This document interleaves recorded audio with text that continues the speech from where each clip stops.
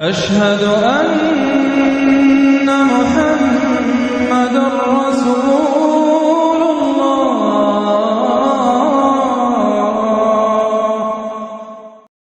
عربوں پر عذاب یہودیوں کے ہاتھوں، اس لیے ان کو بچایا گیا۔ اب اس میں بڑی تلخ بات آپ سے کہہ رہا ہوں، یہ آپ کے لیے قبول کرنا آسان نہیں، حلق سے نیچے اٹھنے کی مشکل سے، کہ عقلی طور پر رسول نہ مغلوب ہو سکتا ہے نہ قتل ہو سکتا ہے۔ ہمارا عقیدہ ہے وَمَا صَلَبُوهُ وَمَا قَتَلُوهُ، لیکن یہ کہ اگر یہودی، اگر جو قادیانی مانتے ہیں سولی چڑھ گئے تو صلیب تو ہو گئی، قرآن کی نفی تو ہو گئی، ہاں مرا نہیں، یہ دوسری بات ہے۔ دوسری بات یہ ہے کہ رسولوں کے باب میں اللہ کا قانون کیا ہے۔ اگر کسی قوم کی طرف رسول کو بھیجا اور اس قوم نے بحثیت مجموعی انکار کر دیا، رد کر دیا، ریجیکٹ کر دیا، پوری قوم ہلاک، اور رسول اور اس کے جو چند ساتھی ایمان لے آتے تھے وہ وہاں سے ہجرت کر کے چلے جاتے، لیکن ہجرت کر کے جاتے تھے تو اس کے بعد کسی اور مقام پر کریں گے اہل نظر تازہ بستیاں آباد، پھر وہاں پر ایک اور انہوں نے جو ہے اپنا مرکز بنایا، ایک نئی امت کھڑی ہو گئی۔ اس کی سب سے بڑی مثال کیا ہے؟ قوم عاد ختم ہوئی حضرت ہود علیہ السلام کو ریجیکٹ کرنے کے باعث ہلاک کر دی گئی۔ حضرت ہود علیہ السلام اپنے ساتھیوں کو لے کر، یہ قوم عاد تھی عرب کا جزیرہ نما عرب کے جنوبی علاقے کے اندر، جو اب صحرا ہے، بہت بدترین صحرا ہے، عروب الخالی جسے کہتے ہیں، خالی ہے، وہاں کوئی زندگی کے آثار ہے ہی نہیں، نہ کوئی پتی ہے، نہ کوئی گھاس ہے، نہ کوئی انسان ہے، نہ کوئی حیوان، کچھ نہیں، عروب الخالی بدترین صحرا ہے۔ وہ صحرا ایسا ہے کہ اس کے اندر کوئی چیز ٹکتی نہیں ہے، جو چیز اوپر ہوگی وہ دستی چلی جائے گا، اندر چلی جائے گی، ورنہ عام صحرا کے اندر اس کے اوپر اونٹ بھی چلتا ہے، انسان بھی چلتے ہیں، لیکن اس میں نہیں۔ تو یہاں پر قوم عاد جو ہے آباد تھی، اور اب جو ہے وہ سیٹلائٹ سے دیکھ لیا گیا ہے کہ قوم عاد کا جو بڑا بادشاہ تھا شداد، اس نے جو جنت بنائی تھی وہ موجود ہے، زیر زمین اسی صحرا کے نیچے دفن شدہ موجود ہے، جس کو کہا گیا ہے الم تر کیف فعل ربک بعاد ارم ذات العماد التي لم يخلق مثلها في البلاد، ایسے ایسے ستونوں والا جیسے پہلے کبھی دنیا میں بنی نہیں تھی۔ وہ قوم عاد کی بڑی زبردست قوم تھی، قوم جبارین، لیکن یہ کہ اس کے بعد ہلاک ہو گئی۔ اب حضرت ہود اپنے مسلمان ساتھیوں کو لے کر نکل گئے، جزیرہ نما عرب کے مغربی کونے میں جا کر، شمال مغربی کونے میں آباد ہو گئے، وہاں ایک نئی قوم پیدا ہوئی سمود۔ اب یہ اسلامی بستی بن گئی، لیکن اس کے اندر بھی پھر بعد میں زوال آیا، پھر وہاں نبی بھی آئے، لیکن اس کے بعد یہ کہ آخری رسول بھیجے گئے حضرت صالح، اور وہ بھی ہلاک ہوئے کیونکہ حضرت صالح کو رد کر دی۔ تو یہ میں نے مثال دی ہے آپ کو کہ رسول جو ہے وہ وہاں سے اگر ہجرت کرتا ہے تو ہجرت کر کے وہ یہ نہیں جان بچا کے جا کے گمنامی میں کہیں مر گیا، وہ تو جا کر اپنے ساتھیوں کو لے کر جائے گا، اور جا کر جو ہے وہاں پر جو ہے ایک نئی جگہ پر آباد ہوگا، ایک نئی تہذیب ابھرے گی۔ یہ تو نہیں ہوا، یہ گمنام ہو کر آ کر کشمیر میں مر گیا تو اس کی کیا حیثیت ہوئی؟ حضرت عیسیٰ علیہ السلام یا تو اگر ہجرت کرتے، یا جب انہیں معلوم ہو گیا تھا کہ میرے قتل کا فتویٰ ہو گیا ہے تو آپ وہاں سے ہجرت کر سکتے تھے، لیکن اپنے ساتھیوں کو تو لے کر جاتے نا، اپنے حواریین کو لے کر جاتے، اور کہتے ہیں 12 حواریین کے علاوہ اور بھی کوئی 70 کے قریب لوگ تھے جو ان پر ایمان لائے تھے، ان کو لے کر جاتے، کسی جگہ اگر آپ آباد ہوتے، وہاں ایک نئی جو ہے بستی بنتی، وہاں مسلمانوں کی ایک آبادی ہوتی، تو ان میں سے تو کوئی شے بھی نہیں ہوئی، بات ہی ختم ہوئی۔ لہٰذا عقلی طور پر بھی یہ بات ثابت نہیں ہو سکتی، خلاف عقل ہے، قرآن کے اصولوں کے خلاف ہے کہ وہ پھولی چڑھے ہوں لیکن مرے نہ ہو، پھر اتر گئے تو مرہم پٹی کر دی۔ اچھا کیا رومنوں کو اور یہودیوں کو پتہ نہیں چلا کہ مریم پٹی ہو رہی ہے اس کی اور عیسیٰ مرا نہیں ہے؟ اگر ان کو پتہ چل جاتا تو کیا وہ چھوڑ دیتے؟ اب مرہم پٹی کے بغیر تو 12 جو شخص سولی پر لٹکا رہا ہے وہ تو تقریباً مردہ ہی ہوتا ہے نا۔ وہ کہتے ہیں یہ ہو سکتا ہے کہ کوئی ایسا امکان ہو کہ اس کی نبض ابھی چل رہی ہو اور وہ اتار لیا جائے اور مرہم پٹی کر لی جائے تو بچ جائے، لیکن یہ کہ پھر اس کے بعد وہ اگر وہاں سے ہجرت کرتے تو وہاں سے وہ اپنے حواریین کو لے کر جاتے اور کسی نئی جگہ پر جا کر آباد ہوتے۔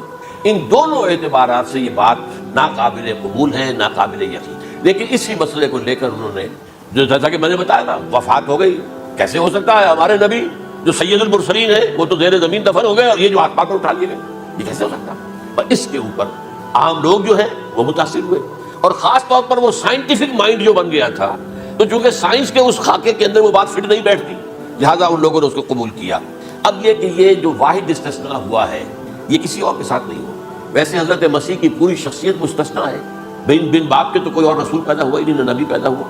پھر وہ معجزے جو حضرت مسیح کو ملے کسی نبی کو نہیں ملے۔ حضرت صالح کو ایک ہی معجزہ ملا تھا نا ایسا کہ لوگوں نے کہا کہ تم یہ اس چٹان میں سے ابھی ایک گاون اونٹنی برآمد کر کے دکھا دو، وہ دکھا دی گئی، پھر ہلاک کر دیے گئے۔ لیکن جو اور معجزے حضرت مسیح کو دکھائے ہیں وہ بچپن میں بولے ہیں، گود میں تھے یا پگوڑے میں تھے، بولے ہیں انی عبداللہ آتانی الکتاب وجعلنی نبیا۔ یہ بات نہ ہوتی تو حضرت مریم کے کیا حشر کرتی قوم کہ تمہاری بغیر شادی کی یہ کہاں سے لے آئی، تم یہ تو ولد الزنا ہے نا۔ یہ سارا معاملہ جو ہے حضرت عیسیٰ بولے ہیں وہاں پہ، خود وہ بچہ بولا۔ اب اس کے بعد بولنے کی لوگوں کے اندر کیا گنجائش تھی؟ زندہ کو مردہ کر دینا، فوم میں اس دن رہا، مردہ زندہ ہو گیا، اور تخلیق حیات، ایک پرندہ بنانا گارے کا، پھونک مارنا اور اڑتا ہوا پرندہ بن جائے، ایک کوڑی کے جسم پر ہاتھ پھیرنا اور کوڑ ختم۔ ایک مادرزاد اندھے کی آنکھوں پر ہاتھ پھیرنا اور بینائی آ گئی. یہ سارے معجزات مستثنا شخصیت. ان کا یہ استثناء کیوں کیا گیا؟ یہ بڑی تلخ بات ہے، یہ یاد کر لیجیے. کیونکہ یا تو قوم مصیبت ہلاک کر دی جاتی، جیسا کہ ہوا قوم نوح، قوم ہود، قوم عاد، قوم ثمود، قوم شعیب. یہ ہوا کہ نہیں ہوا؟ اور صدوم اور عمورہ کی بستیاں جہاں حضرت لوط بھیجے گئے، اور آل فرعون جو ہلاک کیے گئے، یا تو پوری قوم ہلاک کی جاتی. نہیں، یہ یوں سمجھیے کہ اس پورے معاملے کو درمیان میں سے ایک وقفہ دے دیا گیا، حضرت عیسیٰ کو اٹھا لیا گیا اور حضرت عیسیٰ دوبارہ آئیں گے. یہ کیوں کیا گیا؟ اب اس میں بڑی تلخ بات آپ سے کہہ رہا ہوں، یہ آپ کے لیے قبول کرنا آسان نہیں، حلق سے نیچے اٹھنے کی مشکل سے. اس قوم کو زندہ رکھا گیا ہے جو ملعون اور مغضوب علیہم قوم ہے. سب سورہ فاتحہ میں مفسرین لکھتے ہیں ضالین یہ نصارہ ہے اور مغضوب علیہم یہ یہودی ہے. اور قرآن کہتا ہے لعن الذین کفروا من اہل الکتاب علی لسان داؤد عیسی ابن مریم، لعنت کی گئی. ایک ملعون اور مغضوب قوم کے ہاتھوں آخری امت محمد اور اس کا بھی بہترین حصہ، اس پر عذاب ان کے ہاتھوں آئے گا. عربوں پر عذاب یہودیوں کے ہاتھوں، اس لیے ان کو بچایا گیا. یہ میں نے کئی دفعہ واقعہ سنایا، مولانا اسلائی صاحب بتایا کرتے تھے، کیونکہ وہ راجپوت تھے، یو پی کے راجپوت مشرقی حصے کے، کہ ہمارے ہاں کوئی نوجوان اگر کوئی بڑی گری ہوئی حرکت کرتا تھا تو اس کے سر پر چمار کے ذریعے، چمار کے ہاتھوں جوتا لگایا جاتا تھا. اگر راجپوت کے سر پر راجپوت کا جوتا گرا تو چلو تکلیف تو ہوئی، لیکن یہ کہ راجپوت کا جوتا گرا ہے نا، پڑا ہے. لیکن راجپوت کے سر پر چمار کا جوتا، جس کو آپ انگریزی میں کہتے ہیں to add insult to injury, وہ تکلیف بھی ہے جوتا کھانے کی اور انسلٹ ہے کہ چمار مار رہا ہے. یہ امت سب سے خیر امت ہے، کنتم خیر امت اخرجت للناس. اس کے لیے عذاب بھی بدترین آئے گا. اور کن پر آئے گا؟ اس امت کا جو اصل نیوکلیس ہے عرب، جس کے بارے میں حضور کی حدیث موجود ہے ویل للعرب، عرب کے لیے بہت بڑی ہلاکت. اور آج ہماری نظر میں آ رہا ہے وہ ملعون اور مغضوب علیہم قوم، ان کے سینے کے اندر خنجر کی طرح بھونکی گئی ہے. اور 30 کروڑ کے قریب عرب بے حمیتی، بے غیرتی، بزدلی، کمزوری، ذلت، مسکرت کی مثال بنے ہوئے. کوئی بول سکتا ہے اس اسرائیل کے خلاف؟ کوئی بول سکتا ہے؟ 30-35 لاکھ آدمی ہے اسرائیل کے اندر یہودی، اس سے زیادہ تو امریکہ میں 50 لاکھ کے قریب، کل 1.25 کروڑ آدمی ہے یہ یہودی پوری دنیا کے اندر. لیکن دیکھیے جو زیادہ کرتا ہے، جب چاہا اس نے عراق کے ایٹمک انسٹالیشن کو تباہ کر دیا، اور سعودی عرب کی فضا میں اس کو فیول کیا ہے انہوں نے، دوبارہ ریفیولنگ جو ہوئی ہے ان کے جہازوں کی، وہ سعودی عرب کی فضا میں. یہ صورت جو ہے عربوں کے اوپر، اور اب جو آنا ہے آرمگیدان، کیونکہ پوری عیسائی دنیا یہودیوں کے قبضے میں ہے. اور یہ رومی ایک حدیث کی روح سے 80 علم لے کر حملہ آور ہوں گے تم پر، اور یہ ہوگا مڈل ایسٹ میں. آپ کو معلوم ہے پوری دنیا میں کہا جا رہا ہے 3rd ورلڈ وار جو ہونے والی ہے وہ مڈل ایسٹ میں ہوگی. اور میں ٹوائنبی کا قول آپ کو سنا چکا ہوں، 1950 کا قول ہے اس کا. یہ اس وقت تک تو سوال ہی پیدا نہیں ہوتا تھا. سارا تصادم جو ہو رہا تھا وہ ایک طرف روسی اور اس کے ساتھی تھے، روس اور اس کے ساتھی، دوسری طرف یہ مغربی یورپ اور امریکہ تھا. کوئی مسلمانوں اور عیسائیوں کی کسی جنگ کا تو کوئی امکان نظر ہی نہیں آتا تھا. لیکن ٹائنبی نے کہا ہے، جو سب سے بڑا فلاسفر آف ہسٹری ہے 1920ویں صدی کا، کہ اب جو جنگ ہوگی بڑی، جو اس نیکسٹ سینچری کی، 21st سینچری کی، وہ در حقیقت کمیونزم کے درمیان اور کیپٹلزم کے درمیان نہیں ہوگی، بلکہ عیسائیوں اور مسلمانوں کے درمیان. یہ میں اس کا حوالہ بھی پورا آپ کو دے چکا ہوں، صحیح کہاں یہ بات ہے. تو یہ ہے، یہ بات جان لیجیے. اور مڈل ایسٹ میں ہوگی، گریٹر اسرائیل بنے گا. حدیث میں خبریں، یہ سارے مسلمان ممالک تمہارے ہاتھ سے نکل جائیں گے مسلمانوں. یہ عراق اور اردن اور یہ اور وہ، یہاں تک کہ ترکی، سعودی عرب کا بھی شمالی حصہ نکل جائے گا. البتہ مدینے کا جو ان کا پروگرام ہے اس کو اللہ نہیں پورا ہونے دے گا. مدینے میں داخلے کی ان کو اجازت نہیں ملے گی. بہرحال یہ سارا کچھ ہونے والا ہے. وہ وقت بھی آنے والا ہے کہ حضور کی ایک حدیث کے مطابق ایک شخص کے 1000 بیٹے ہوں گے تو 999 ختم ہو جائیں گے ایک بچے کا. یہ وقت بھی آنے والا ہے کہ حضور فرماتے ہیں اتنی بڑی جنگ ہوگی، اتنی خونریزی ہوگی کہ پوری زمین اٹ جائے گی لاشوں سے. تو پرندہ جو ہے کوئی، ایک تو پرندے ہوتے ہیں کہ جو مردار خور ہے، گدھ ہے، وہ تو بڑی خوشی سے اترے گے، تناول فرمائیں گے لاشوں کو. اسی طریقے سے کوے ہیں، چیلے ہیں. لیکن جو نفاست پسند پرندے ہیں وہ لاش کے اوپر اترنا نہیں چاہتے. تو ایک پرندہ اٹھتا چلا جائے گا، اسے کہیں زمین پر اترنے کی جگہ نہیں ملے گی، لاشیں ہی لاشیں ہوں گی، یہاں تک کہ وہ تھک ہار کر اس کے جو ہے پر جواب دے جائے گا، گرے گا تو لاش پر گرے گا. یہ وقت آنے والا، اور یہ یہودیوں کے ہاتھ، یا یہودیوں کے جو سپورٹرز ہیں اس وقت، جو ان کے ہاتھ میں اعلی کار، ان کے ہاتھ والا.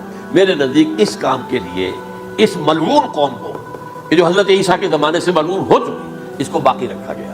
اسے یہ موقع دیا گیا ہے، اس نے اسرائیل بنا لیا ہے.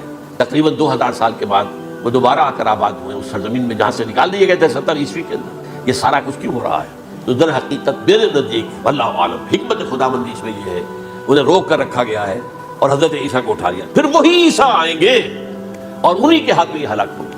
سوائے اس کے چونکہ جو ایک میں نے آپ کو کئی دفعہ حوالہ دیا ہے، فلاڈلفیا ٹرمپٹ ایک رسالہ نکلتا ہے پروٹیسٹنٹ عیسائیوں کا. انہوں نے یہ لکھا ہے، اس نے لکھا ہے ایک پرچے کے اندر کہ جب حضرت مسیح آئے گی، اینٹی کرائسٹ ہوگا. وہ لکھا اس نے کہ وہ یہودی ہوگا، حالانکہ وہ پرو یہودی ہے. وہ جتنے بھی یہ جو کرسچن زائنسٹ ہیں یہ تو یہودیوں سے بڑھ کر زائنسٹ ہیں، ان کے بڑے سپورٹر ہیں۔ تو لیکن اس نے لکھا ہے اینٹی کرائسٹ ول بی اے جیو۔ ابھی کچھ عرصے پہلے آپ کو یاد ہوگا نوسٹریڈیمس کا بڑا چرچا ہو گیا تھا، اس کی جو ہے وہ پیشن گوئیاں اور یہ کہ ایک مسلمان ہوگا اینٹی کرائسٹ، اور صدام کے بارے میں اشارے کیے جا رہے تھے کہ وہ اینٹی کرائسٹ ہوگا وغیرہ وغیرہ، لیکن انہوں نے لکھا ہے کہ وہ اینٹی کرائسٹ یہودی ہوگا، اور اس نے لکھا 80% یہودی قتل ہو جائے گا۔